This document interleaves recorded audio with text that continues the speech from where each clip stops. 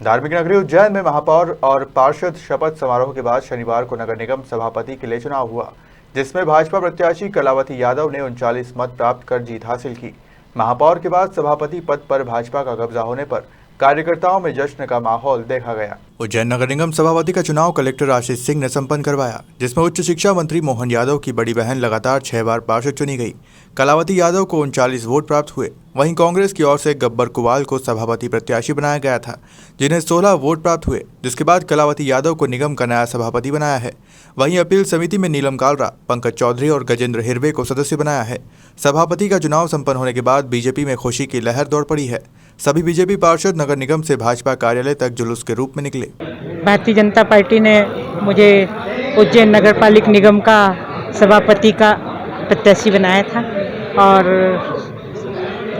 मैं अपने सारे प्रदेश के वरिष्ठ नेताओं के प्रति, मुख्यमंत्री जी के प्रति, प्रदेश अध्यक्ष जी के प्रति और हितानंद जी शर्मा हमारे संगठन मंत्री, उनके प्रति, उज्जैन के हमारे अध्यक्ष और सारे वरिष्ठ नेताओं के प्रति, माननीय उज्जैन उत्तर के विधायक पारस जी जैन के प्रति, महापौर जी के प्रति और समस्त ज्येष्ठ हमारे नेताओं के प्रति आभार व्यक्त करती हूं और उनके प्रति धन्यवाद व्यक्त करती हूं। और आज जिस सभापति के पद के लिए मुझे दायित्व दिया, एक बड़ी जिम्मेदारी है और निश्चित रूप से उस जिम्मेदारी को पूरी निष्ठा के साथ निभाएंगे और जो विश्वास मुझ पर व्यक्त किया है, निश्चित रूप से उस विश्वास में खड़े उतरेंगे। संस्था के प्रति निष्ठा रखेंगे, सदन के प्रति बिना किसी राजनीतिक भेदभाव के हम काम करेंगे और उज्जैन का विकास करेंगे। वफादार साथियों को, उनको मैं बहुत बहुत धन्यवाद देता हूँ कि उन्होंने एक मत से निर्णय लिया और जो पार्षद कमजोर कड़ी के रूप में था, हम उससे भी बात करेंगे कि सुन, लड़े मत, डरे मत, लड़।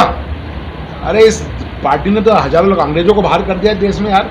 ये छोटे मोटे नेता क्या होते हैं? ईमान मजबूत होना चाहिए पार्टी के लिए।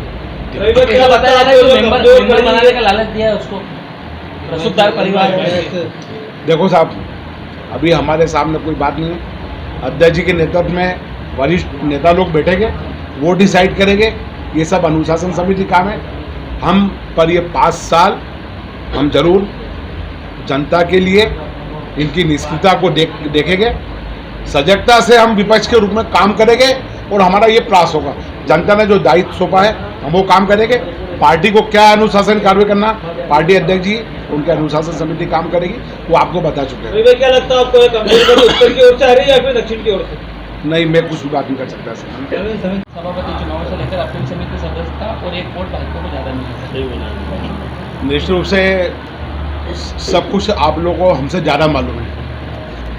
कई दिनों से ये बात चल रही थी कि माननीय मंत्री जी अपनी बहन को लड़ाना चाहते थे।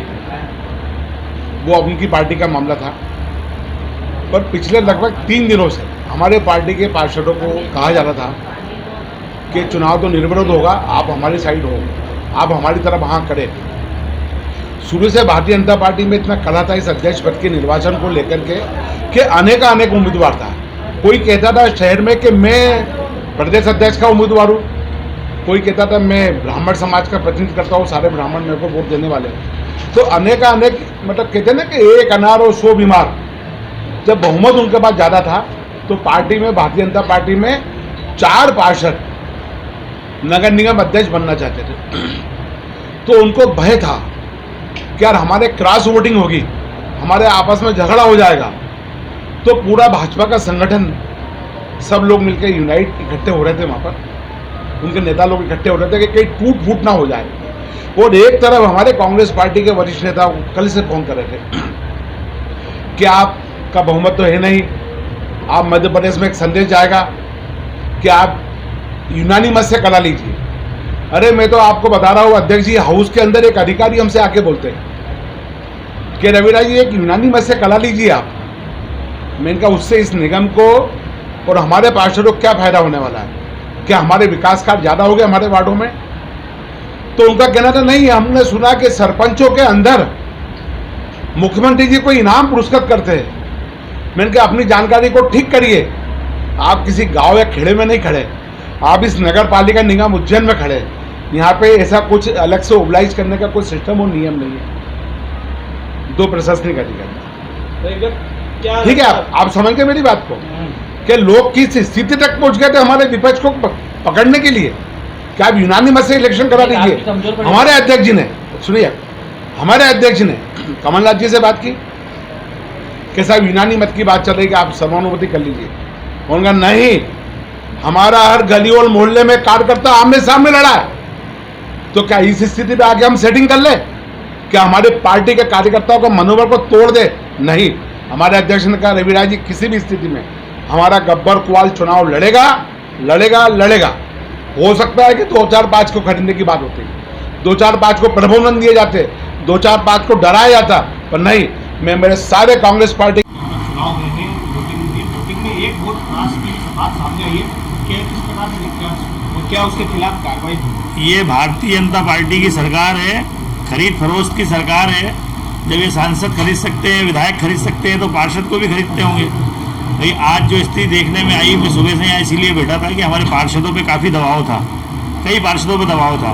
वो तो क्या है कि जो भी हुआ एक ही वोट का हुआ, हो सकता है और भी पार्षदों पे दबाव बना रहे हो, खरीदने की कोशिश कर रहे हो, ये तो खरीद फरोख्त करते रहे।